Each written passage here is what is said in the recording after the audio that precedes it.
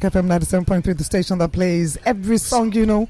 We still have our guest with us in the studio, Honorable Abike Dabiri. I like that she's fondly called her Mother Teresa. That's a story for another day as well. Now, just to give you a little bit of a background, Honorable Dabiri was born in Jos Plateau State. She's a Nigerian politician, former member of the Nigerian Federal House of Representatives representing Ikorodu constituency in Lagos State. She's also the chairman. She was the chairman of the House Committee on Media and Publicity, and also the former chair of the House of Committee on Diaspora Affairs. She was elected for the first time in 2003, re-elected in 2007 and 2011. And in 2015, she was appointed as a senior special assistant to President Muhammadu Buhari on Foreign Affairs and Diaspora. In November 2018, she was given a new role of chairman/CEO of Nigerians In Diaspora Commission. That's right, which is where we're going to begin. That's today. A good place to start. Because unless you've been living under a rock, you will have heard about the Itunu affair. Sadly, the end was that she died, and it's been a lot of controversy about this. And now that we've got you here, we want to hear from the horse's mouth, what's really gone on here, and the criticism that NIDCOM has come in for about what could have been done, should have been done, wasn't done, was done, and so on. And the timing of everything as well, because that's really important. Yeah, Itunu's case, there was anger. Okay. Justified anger. Yes. Everybody should be angry. I'm angry. That she died. Although the power of life and death is on that, but it's annoying that she died. Here's what happened. Yes. Itunu had been in jail for 2 years, sentenced to 2 years in prison, 10 years in prison. Yeah. Well, 20 years, reduced to 10. Then she had spent 2 years out of the 10 years, which meant that she was convicted of an offense, right? Yes. And she was jailed in Ivory Coast. Now, that means she's passed through the judicial system and was found guilty of an offense. Now, when her father raised an alarm in March, he got through to us, and the Nigerian mission too. It's like, we need to do something for her. Now, the first thing you do is appeal the judgment. Yeah. Okay. That's the immediate thing you do. So by May, the commission had gotten a lawyer. They went to visit her. And I explained, let me just bring it down home. Imagine you committed the crime in Lagos. Then they jail you in Yola or Borno. Oh. So the first thing is bring the case back to the home base. Abidjan, to Lagos. Even Itunu, I have a message here. I don't know how she got my number, and she sent me a message from prison and said the best thing is first to get her case transferred to Abidjan. So which was what the lawyer and the mission did. And as I've explained before, initially when you got the lawyer, you don't want to wait for bureaucracy of applying for funds. The mission staff and members of the Nigerian community put immediate funds together to get the lawyer to go visit her. So that was the first thing.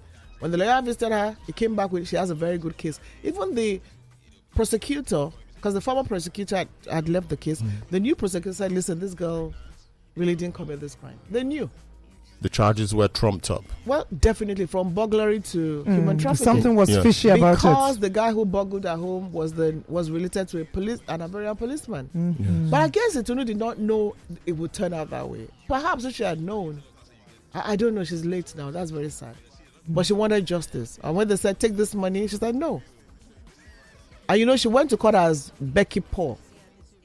So I don't know whether she went to court as Becky Paul. Maybe she was afraid. Maybe that was her identity. But so now her corpse is coming back as Becky Paul. Oh. Because that's the name. Wow. Maybe she did that to protect herself or her family or something. We don't know now because she's late. Those are things I would have been able to have a conversation with her thereafter. So the lawyer, after all that, now, look, if you don't transfer that case from wherever it was, you can't get justice. So that was the first thing. All lawyers know that a case like that sometimes could take 3 years. It takes years. But the diplomatic intervention was what reduced it to 6 months. So the Ambassador Adam, actually was very much on the case. So again, you now have to pay, the lawyer demanded for some thousands of dollars, which they paid him, mobilized him to start. And that was why the first thing he did was transfer the case from wherever it was to Abidjan. And that was done. So next step is the appeal now begins. And as sure as the sun will shine, should have won that appeal, because Nigeria was with her now as the ones actually appealing. Don't forget that Itunu didn't tell, the mission was not aware. No, 2 years ago when the case went to court. And a lot of times Nigerians will say, oh, we don't bother about them, they don't care. And I don't know whether she was legal or illegal resident. You know, if you're not there with your papers, you don't show up at the mission anyway. Okay. So I wouldn't tell. But they didn't know. You know, so it was when they knew that. So it wasn't as if, oh, she was there for 2 years. Nobody knew. Nobody knew. So now that case everything had been done, it had been transferred to Abidjan. The appeal was to begin. The lawyer had been paid. Boom. They said she fell ill. Now, even when she fell ill, they informed the lawyer, who informed the mission, and they went to see her and paid the medical fee, about 107,000 cefas. Okay. You know, paid the medical fees, and then the next news was that she passed on. So it's annoying, actually. A lot of it's questions. painful. What happened in between? And that is why we demanded an autopsy. As I speak with you, the autopsy, I believe, has been concluded, but it's left for the mission, the Nigerian mission in Cote d'Ivoire, to let that be known. The autopsy has been concluded, I think, and the next step now is to get our corpse back. And that's what the father wants. He wants to bury his daughter. And she was just 21, but she was the breadwinner of the family. Now, as we say often in Nigeria, when someone has died, there really isn't anything you can do anymore. But I think that's one of the reasons why places like hospitals, doctors who have malpractice and so on, it's essentially why they get away with it, because we have that thing of, oh, well, the person's Let's just died bury and, them, you know, yeah. and there's nothing you can do and there's no recourse and everything. But now, she has passed, but she can still get posthumous justice. Yeah, that's what we are demanding for, that the case should continue, even in death. The case should continue so that at least she'll be vindicated of whatever crime. So while we're Human waiting, trafficking. For the results of the autopsy, something should be going on, and that's pursuing the after justice. the autopsy has been, because by now should have been, but after the autopsy is concluded, there's a documentation that they will accompany the corpse, and we take her to Ibadan and ensure she's buried. Yeah, and give her family closure as well. I mean, could anything have been done differently? I mean, there's so many things. I mean, based on the conversation. Well, you see, this happened during COVID. So what would have been done differently was that when the information got to us through her father, even the father was going to go to Cote d'Ivoire, but he couldn't. Somebody would have gone from Nigeria, but nobody could because of COVID restrictions. So I think COVID made things a bit difficult. There were travel restrictions that made it much more difficult for anybody to travel. Because I think that may have helped a bit, but that's the only thing I think.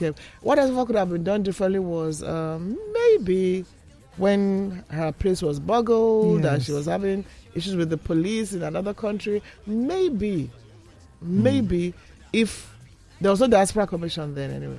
So she could, even if she was speaking out. No, but we have the mission there. There's a Nigerian mission in Cote d'Ivoire, in Abidjan. She would have probably contacted them, and there's a strong diaspora community. Like I said, they raise funds, and we have quite a number of Nigerians working in UN agencies, banks. And we can only say maybe now, but it's so sad that that's just good. You did mention that you said you're angry. What's the source of what's the anger? No, because everything had been done. What I'm saying, everybody is angry. So when the attacks came, we had to take the attacks in good faith, because one should be angry. But we had to explain. It's not as if, somebody said, she's there for 9 months, you did nothing. The mission did everything they could. That was they did even the money, the thousands of dollars paid had to be, sourced immediately by the ambassador. It was like, and I'll say something, the Nigerian missions are not there to be, getting lawyers when you get into trouble. But Itunu's case was different. So it was like, you have to do it, And those are just the things that I... That's bringing the anger.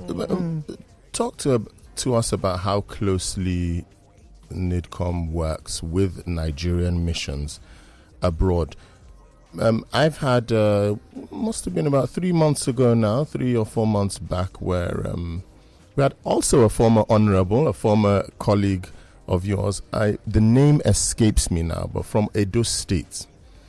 And he happened to be traveling in Europe, got to Italy, and was accosted. Now, he was stuck there for several months. Yeah, the again, from Edo. absolutely. No, it wasn't that I was a commissioner for culture. Okay. Okay. Not that I was a member of parliament. I was a commissioner for culture. For culture. I know he was in the former governor's cabinet. And because I had him as a guest here, and he told a very, very troubling story about his experience there. Again, it was trumped up charges, and he managed to get out, perhaps with connections to the governor and so on. Eventually, he did get out of it, but it was trumped up charges. And he mentioned that there were so many Nigerians. In fact, the reason he came to talk on the radio was that he had promised these Nigerians who were incarcerated in Italy there that he would say make some noise when he gets back here. Now, and it's a story that you hear quite a bit of. I've never, fortunately, I've never had that experience, but you do hear about these things. And then when you look at it alongside what you get with people, say Americans who run into difficulties abroad and so on, and how the lengths that the Americans consulate and diplomatic corps will go. They jump up and swing into action. You start to wonder. I'm trying to see my last message with the ambassador to Italy. Yes. Actually, we can compare, but it's usually not the same scenario. It's but different. For Italy, what I know for sure, Honorable, I've also Odemwinge. I think so. It's a similar name. Yeah. If that was anyway, the name, Honorable, he was with us and he visited us. He expressed frustrations and everything. But the story from even the Nigerian community in Italy was totally different. Not even the ambassador, the Nigerian community I see. in Italy. So they even had a brick bat, with the Nigerians. These are people, Nigerians who are saying that what you're saying is not true. So I don't know ours is listen, what are the facts of the matter, what can be done? And what we took from him was this. There are Nigerians that he said he saw there that shouldn't be there. And that's one thing I know that the current ambassador has taken up, Ambassador Abam. He's been going on prison visitations and trying to, verify and get out those that shouldn't be there. Okay. But you see, sometimes we just generalize and say, you shouldn't be in the prison. So there are some kids, like I went to prison in Benin Republic. There's an 11-year-old boy who they said he committed a crime at 7. Then he raped a 4-year-old an 11-year-old Nigerian. Yes, boy. Wow. So that means they said he raped a 4-year-old boy. So that means he raped the boy when he was 7. And then he wasn't even tried. He was locked up in prison. A boy of 7 should be in a remand home or something, even if he has. Wow. Did that story get out there? Did we find out? I said we went into the prison. Cases like that, you get them out. We went with the ambassador. He's finished his tenure now. And it was like the mission now did a follow-up. There was a woman who said she was just selling her wares, and then somebody came and shouted, right, and they packed everybody. So there are different. So it's important that the missions do prison visitations and actually bring out those that really didn't commit this crime. Yes. It's very important that we do that. I remember that even in South Africa, there was a case of a Nigerian. All he couldn't do was pay his bill. And the mission, the money was raised and the bill, the whatever money they said was paid and all that. So I know that it's very important that, and I think the minister has given that directive. NIDCOM is also an agency under the Ministry of Foreign Affairs. We cannot give instructions to missions. It's the Minister of Foreign Affairs. But I think he has told them to do prison visitations. And actually, there are some people that really shouldn't be there. But there are some that actually committed the crime. And so they can't all come together and say, okay, I keep telling this example of India. And I don't know whether I have the video here. We saw Nigerians on the streets. And there's this particular one shouting, I'm a vampire, I suck blood, I'm a Nigerian. And in front of Indian police. What do you want them to do? So we need to also behave ourselves. And I'm one of those who say, do not stereotype me because somebody else committed a crime. Yeah. Okay, in the UAE, we've had cases of cultism. This is a country very serious with their laws. Well, we've had cases of, we saw them, cult A and cult B were fighting, and they were killing themselves in broad daylight in a hotel. We had our brothers who went to rob a bank, all this, the ATM, whatever, in broad daylight, not in a place like that, where there's CCTV everywhere. They collected the money, I think 3 or 4 of them, drove almost 2 hours As they were parking, they were being arrested. And they are now serving, it should be death, but it's been committed to life imprisonment. Yeah. So what I'm saying is, all these stories does not define me or you. Yes. So while you have these cases in the same country, I will give you 60,000 Nigerians who are developing that economy. Yes. And even they can't do without them. But surely it must make it a bit of a challenge that we do have Nigerians who leave these shores and conduct themselves less than responsibly in foreign countries. It must present a challenge when you do have genuine cases that you're pursuing. And trying to look through which ones to address and which ones to but just... it's a tough work, but the mission have to do it. Yes. There are some countries like Italy and some of these countries in West Africa so come up with the facts that, listen, we can count 1, 2, 3, 4, 5. It's something that needs to be done. Well, they will tell you funding is a problem. I know the missions are not properly funded, Nobody is properly funded. Money is never enough, and it's even tougher now. But it's something that needs to be done because we're talking about the welfare and lives of our citizens here. So the minister has given that directive, and I hope that directive will be followed. And each mission, and it's not everywhere. I mean, in America, you don't have that problem. The problem in America is different from problem in Benin or Cote d'Ivoire or Italy or China or India. In India, I keep telling people, if you go to study as a student, they go and say we're students, and then you want to stay back, you can't. Just do what you need to do and come back. You can't. They're not going to give you work, and they will. And then you can't get a job. You're moving up, and then you become an irregular migrant, and life becomes very difficult. Yes. Let me just ask though, what can be done to help? The mission. I mean, what are things the missions? Yes, Diaspora Commission. Yeah. Yes. I really can't speak for the missions, but they should be better funded. And the funding should be, just appropriately used. That's all. Every mission, most missions need better funding. And don't forget that the missions are more affected because as the dollar, you're getting 10 naira, but the dollar is now, and then that 10 naira is no longer 10 naira. So what you're paying for, the bill you're paying goes higher. So really the missions, everybody needs better funding, like I said, but with the new ambassadors they're all doing the bit they can do and see what can be done. And then the Diaspora Commission really is set up as an agency to tap into the potentials of Nigerians in the diaspora. And we have highly skilled, semi-skilled, and skilled professionals all over in the world. How do we work together? And we've been talking to them that they can also play a role in all this charity, philanthropy, particularly for those not doing so well. Yes. For instance, the 175 came back from Libya yesterday. I saw that. After bringing back well over 9,000, President Buhari set up a team. Minister of Foreign Affairs, myself, NAPTIP, NEMA, Immigration, NSA. I think we were about 7. We went inside Libya detention centers. It's the most horrific thing I've ever seen in my life. In my whole life, even as a journalist, that I covered human angle stories. Come and see our people packed like on top of each other. Human beings, not dead though. I remember one of them, just when she saw that I was Yoruba, she spoke Yoruba to me and said they just choked something inside her, and she was pregnant. They sleep with them in prison. She was pregnant, and then the pregnancy was forced out. And as she said, as she is, she's bleeding. But she said all she knows is that if they know what she's saying, she's dead. So we brought all of them back. Yeah, but you see, that was 3 years ago, but they are still going. And, they shared their experiences. Look, this is the worst thing. But they're today, still going. This relates to the next question I was going to ask. But I also want to say, before I forget, yes.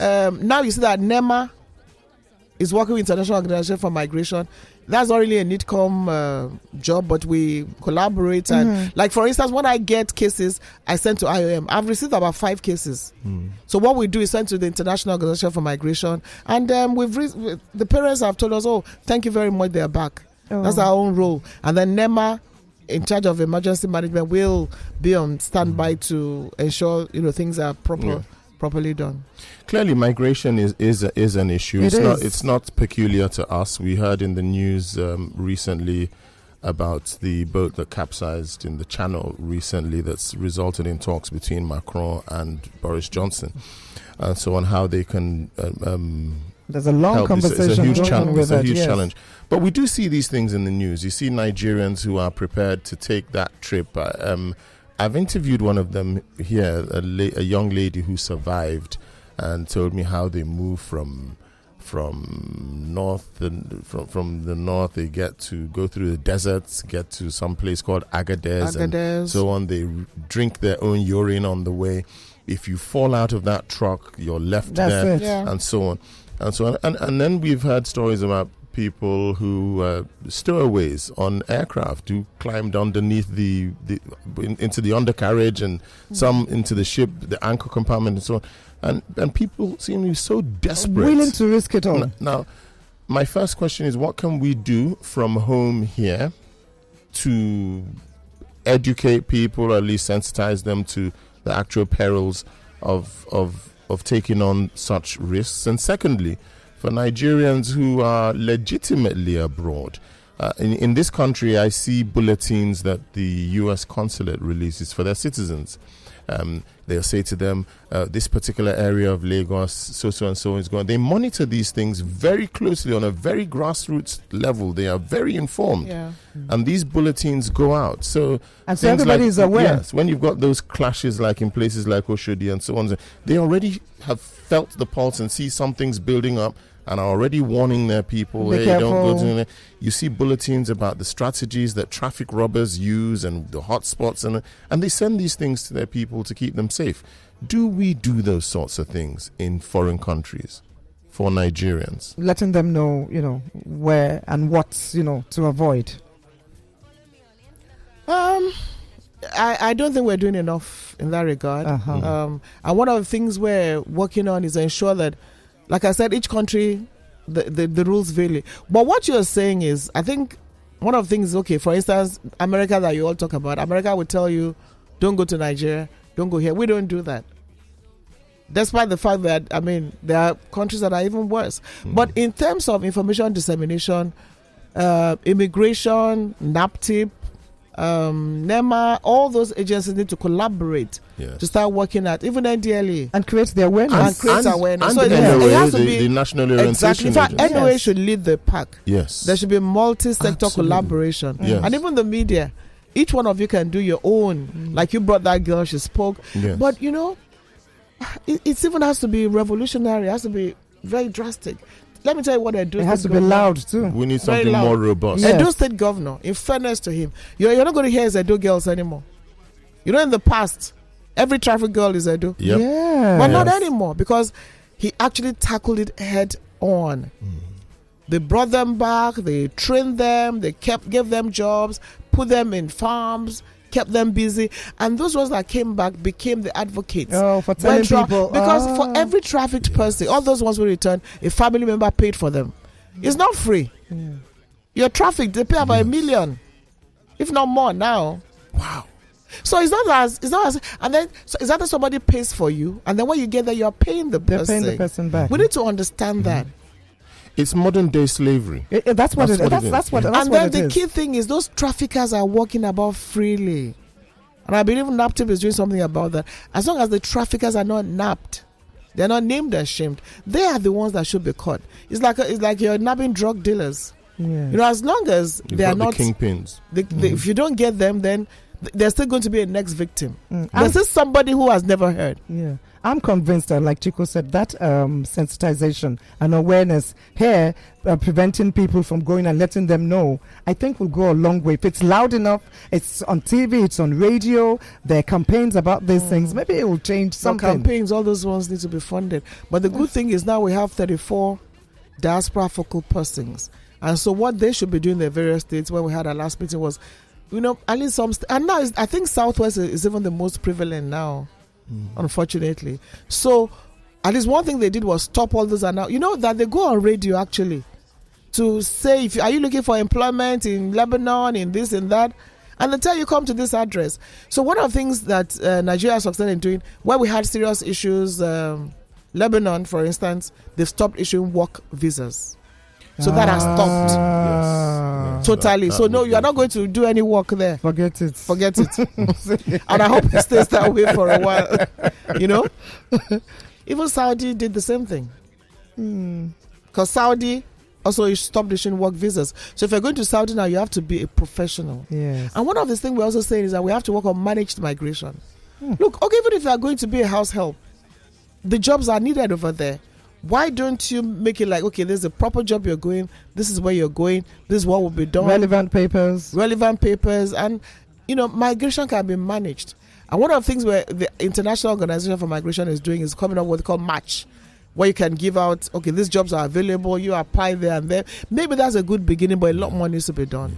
But I tell you something again, no matter what you do, some people still believe that they have to be abroad. The grass is green on the other side. There's nothing you can tell them. I mean, some of those who came back, some guys sold, he said he had trucks, that used to for transportation. He sold them and he got 10 million naira and you trafficked yourself. He's one of those who returned with nothing. Wow. Oh. And then when SDGs came up with training, some accepted, a lot said, I'm not interested. I just want big money. What do I want to do with training as a tailor? They are not interested. The money is slow to come. But some accepted, and we're monitoring them. Like there's one of the girls in Benin, and she's an amazing cook and caterer, and she does the best cakes. She's one of those who returned, got trained just with 100,000, and she's so happy for her. She said she's getting married. This year. So the stories vary. Orientation is key. Because these people have parents. And the child born today could be the person who takes that trip tomorrow. Absolutely. So if the parents are sensitized, you have your work cut out for you. Yes, you do. No, I don't good know. luck. No, but let me tell you, that is trafficking. It's not the job of NIDCOM.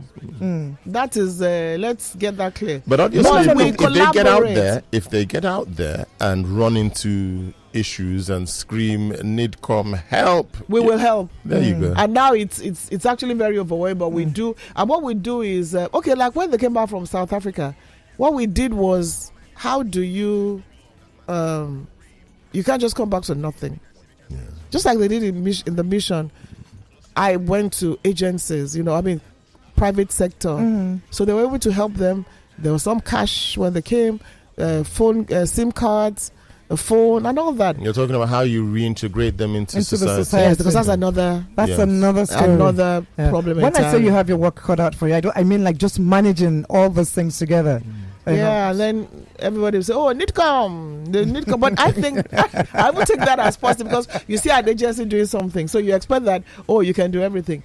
But for us at NIDCOM, it's more about you're dealing with human beings. Yes. I don't even, as at that time, maybe you committed the crime, but that's not the point. You're a human being and you need to be saved. So that's why we go in and work with other agencies to see what can be done, to help. But not ignoring the fact that there are millions of Nigerians excelling, and we need to work together. And that's where we need to make the most noise. Absolutely. To change the narrative as well.